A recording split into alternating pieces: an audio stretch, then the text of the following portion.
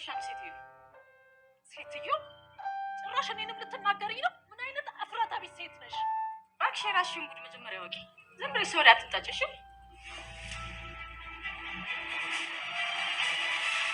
ዝም በይ። እንዴት ለማለት ትናገራታለሽ?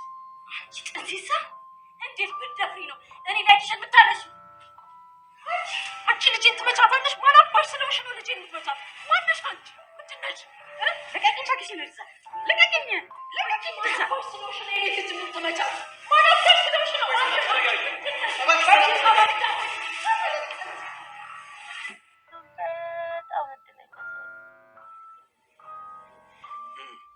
ድምፁ ውሸት ነው?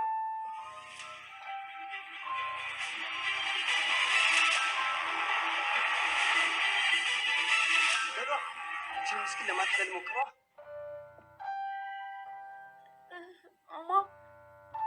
ሰሜን እንዳጣሪው በጣም ነው ያፈርኩብሽ። እሺ ምን ጥቅም ለማግኘት ነው የሚያረግሽው? ውሸቱን እኮ ነው ኤዲት አድርጎ ነው። አትመኝ ነው። ዝም በይ። ስታይ ጅል እመስልሻለሁ እንዴ? ልጄ በመሆንሽ በጣም ነው ያፈርኩት። እሺ እንዳንቺ አይነት ርካሽ ልጅ የለኝም። አንዲት ቃል ስትነፍሺ መስማት አልፈልግም። እሺ ቆይ ምን አደረገቻችሁ? ስሚ ሴትዮ፣ አንቺ ደግሞ ምን ጥቅም ፈልጋሽ ነው እዚህ የመጣሽው? ተረጋጊ እባክሽ አንቺ ሴትዮ።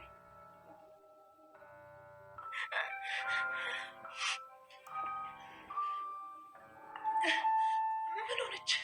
ምን አረኳት? ምን ሆነች? ተረጋጉ። ራሷን ስታ ነው የሚሆነው። ራሷን ስታ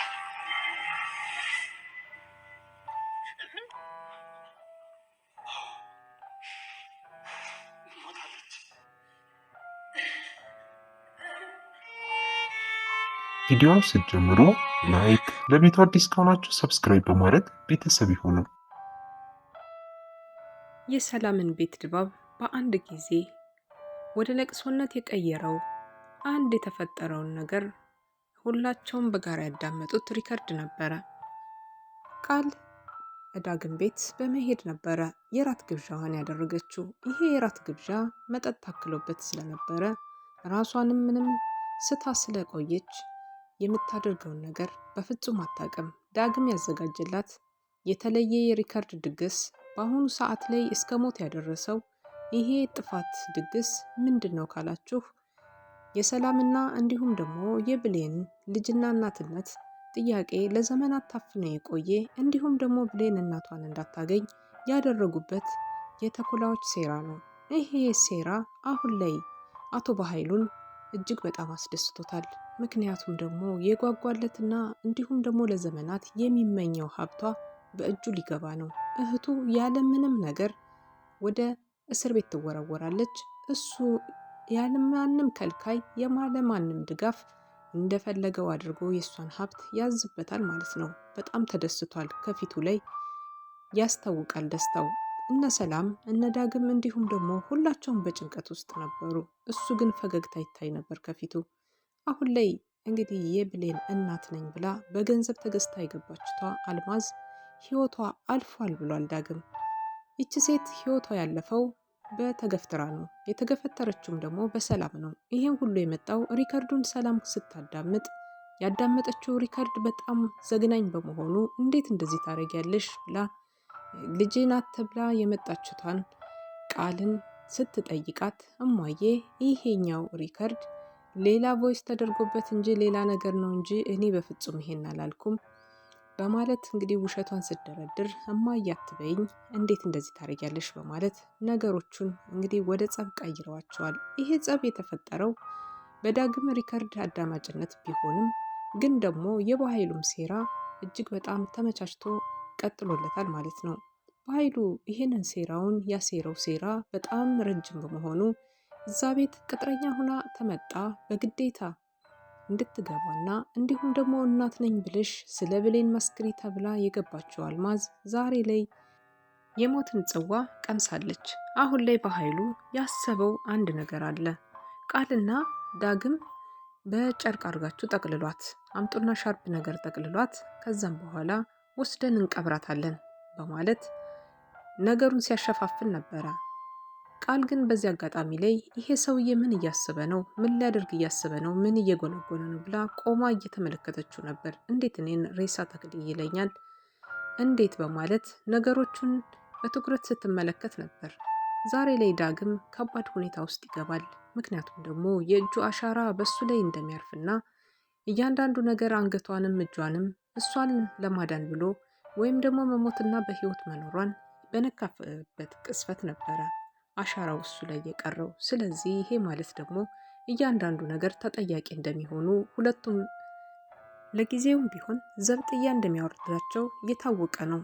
አሁን ላይ ዳግም በጣም ፈርቷል። እጁ ሁሉ እየተንቀጠቀጠ ነበር። ድንጋጤው በአይኑ ላይ ያሳብቃል። ምክንያቱም ደግሞ ይሄንን ነገር አውቆ ሳይሆን እንዲሁም ደግሞ በድንጋጤ ውስጥ ሆኖ እጇንም አንገቷንም ነክቶ ህይወቷ ማለፍንና ለማለፉን ያረጋገጠበት ነበረ። ይሄ ማለት ወደ ዘብጥያ የሚያወርደው ከሆነ ብዙ ነገሮቹ ይመሰቃቀላሉ። አሁን ላይ ብሌን እናቷ ልትጠጣው የነበረውን በረኪና ከእጇ ተቀብላ በጠጣችበት ቅስፈት ነበረ ነገሮቹ እየተቀየሩ የመጡት። ምክንያቱም ደግሞ እናትየዋ እኔ ይሄን ሁሉ ዓመት አሳድጌሽ አሁን ላይ እናትሽ ይዛብኝ ልትሄድ ነው፣ ጭራሽ ከሩቅ አገር ከወሰደችሽማ ዳግም አላይሽም፣ በዛም ላይ ደግሞ አንቺን አይደለም እናቴ እችኛዋን እናቴ ነው ወላጅ እናቴ ነው ብላ በተናገረቻት ንግግር ልቧ ውስጥ ድረስ ገብቷል። የብሌን አሳዳጊ በጣም ከፍተኛ ጉዳት ውስጥ እንዳለች የታወቀ ነው። ምክንያቱም ልጇን አጣለች። ልጇን ለዘመናት እየፈለገች አሁንም ድረስ ልጅሽ አለ፣ ግን ደግሞ ይሄን አድርጊ በማለት ከልጇ ጋር ሊያገናኟት ያልፈለጉ ራስ ወዳዶች ብዙዎች ስለሆኑ በዚህም ጉዳት ስላለባት እንደ ልጅ ተንከባክባ ከልጅነቷ ያሳደገቻትን ብሌን ደግሞ ዛሬ እናት ነኝ ተብላ በመጣች አንዲት ሴት ልትወሰድባት መሆኑን ስታስብ በጣም ከመጠን ያለፈ ራስ ወዳድነት በሚባል ሁኔታ በረኪናዋን ገዝታ ልትጠጣ በሞከረችበት ቅስፈት ነበረ ብሌን ልትሰናበታት የመጣች ጊዜ ያየቻት። ይሄም ሆኖ ስታይ ብሌን በጣም ስለተናደደች እናቴን ዳግም ሁለተኛ ይሄን ነገር እንዳታደርግ፣ ምክንያቱም ሌላ ጊዜም እንደዚህ አይነት ነገር ቢፈጠር እንኳን ራሷን ለማጥፋት እንዳትሞክር እኔ ልጎንጨውና እንዴት እንደሆነ ህመሙ ትየው በማለት ብሌን ከእናቷ ተቀብላ ያንን በረኪና ጎንጨት ትለዋለች። ስትጎነጨውም ብሌን በእርግጥም የተወሰነ ቢሆን ጉዳቷ እናትየዋን አስደንግጧታል። እንደዚህ አይነት ነገር ዳግም እንደማትደግመውና ምክንያቱም ደግሞ ብሌን ከሷ የበለጠ ልትሰበር እንደምትችል እንድታውቅ አድርጋታለች ለእናቷ። ይህንን ለማሳየት ብላ የተጎነጨችውን እንግዲህ ፈጣሪ ምህረት አድርጎላት እሷም ድናለች። በጎረቤቶቿም እንዲሁም ደግሞ በአሳዳጊ እናቷም ታግዛ ማለት ነው። አሁን ላይ የበኃይሉን ፍቅር ተቀብያለሁ የመሰለበት አባባል ንግግሮች በህሊናው ላይ እየተመላለሱ ይገኛሉ። በበኃይሉ ሴረኝነት የሙሉ ቤተሰቡን ያጣው አሁን ላይ ሳሚ እንግዲህ በብሌን ፍቅር እየተጠመደ ይመስላል። ብሌን የተናገረችውን ንግግር የኔ ውድ ቸኮሌቱን ምልክልሽ ነኝ ሲለው የኔ ውድ በማለት ለመለሰችለት መልስ አሁን ላይ ዋጋ ሊያስከፍላት ተዘጋጅቷል። ቀጠሮዋን ቀጥራው ነገ እንገናኝ ካለችው ቦታ ላይ ቆሞ ቢጠብቃትም ሰዓታት አለፉ።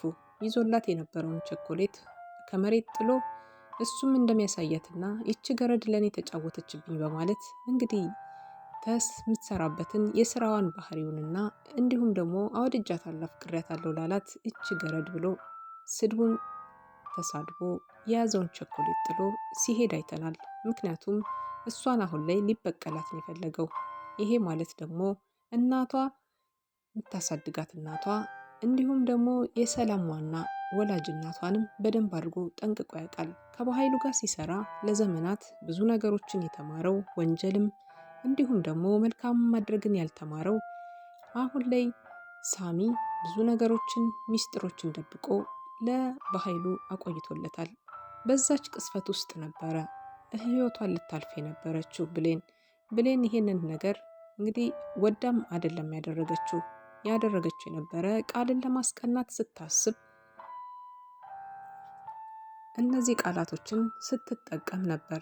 እሱ በደስታና በሐሴት ተሞልቶ እንዴት እንደዚህ ሳታለፋኝ እሺ ልትለኝ ቻለች በማለት እጅግ በጣም ተገርሞ በቃ ከሚባለው ቦታ ላይ እንጠብቅሻለሁ፣ እዛ ቦታ ጠብቅሻለሁ በማለት ቦታቸውን ተቀጣጥረው የተለያዩት ቀጠሮ ቦታ ላይም ሳትገኝ በመቅረቷ ብሌን በኃይሉና ሰላም እህትና ወንድም ሲሆኑ አሁን ላይ ግን እንግዲህ የእህቱን ዘብጥያ መውረድ አልፈልግም፣ አንቺ ወዴትም አትሄጂም፣ አትታሰሪም፣ እኔ ወንድምሽን አትተማመኝብኝም በማለት ያቀረበላት ጥያቄ ወንድሜ እተማመንብሃለሁ ላለችው በድጋሚ ይሄንን ቃል እንድትደግመው አድርጓታል። ምን እንዳሰበና ከጀርባው ምን እንደጠነሰሰ የማይታወቀው በኃይሉ በጣም ከባድ ሴራ ነው ያሴረባት። ምክንያቱም ደግሞ ይችን ሴት ወደ ቤቷ ባያመጣ ይሄ ሁሉ ነገር ባልተከሰተ፣ የገዛ ልጇን ደብቆ ሌላ ልጅ አምጥቶ እንዲሁም ደግሞ እቺ ልጅሽ ናት በማለት በቤቷ ውስጥ የሚደረገውን ሴራና ተንኮል በፍጹም ለይታ ማወቅ ያቃታት ሰላም በአሁኑ ሰዓት ላይ የተፈጠረው ችግር ምን አይነት ችግሮችን ሊያስከትልባት በሷ ላይ ይችላል? ዳግምንስ ወደ የትኛው መንገድ ይመራዋል? ምክንያቱም ደግሞ ዳግም እጇን ስለነካ እንዲሁም አንገቷን ስለነካ አሁን ላይ እሱ የነካበት ቦታ ሁሉ አሻራው እንደሚገኝና እንዲሁም ሙሉ ቤተሰብ ተጠያቂ ሲሆን በኃይሉ ነፃ እንደሚወጣ ይሄንን አስረግጦ ያውቃል። አሁን ግን አርቀን እንቀብራታለን፣ ማንም ሰው አያይም በማለት ከዚህ በኋላ ማስረጃ ቪዲዮ ይዝባቸዋል ማለት ነው። ይሄንን ካደረገ በኋላ የሚቀጥለው ሁላቸውንም ዘብጥያ አውርዶ እሱ እንደ ልቡ ከቤቱ ላይ ይንፈላሸሻል። ብሌን ምንም ስለምታውቀው ነገር ስለሌለ ግን ደግሞ የተወሰነ ነገር የሰማችው ነገር ቢኖርም ብሌን በዚህ ያክል ደረጃ ሰላም እናቴ ናት የሚለውን ድምዳሜ ላይ አትደርስም ማለት ነው።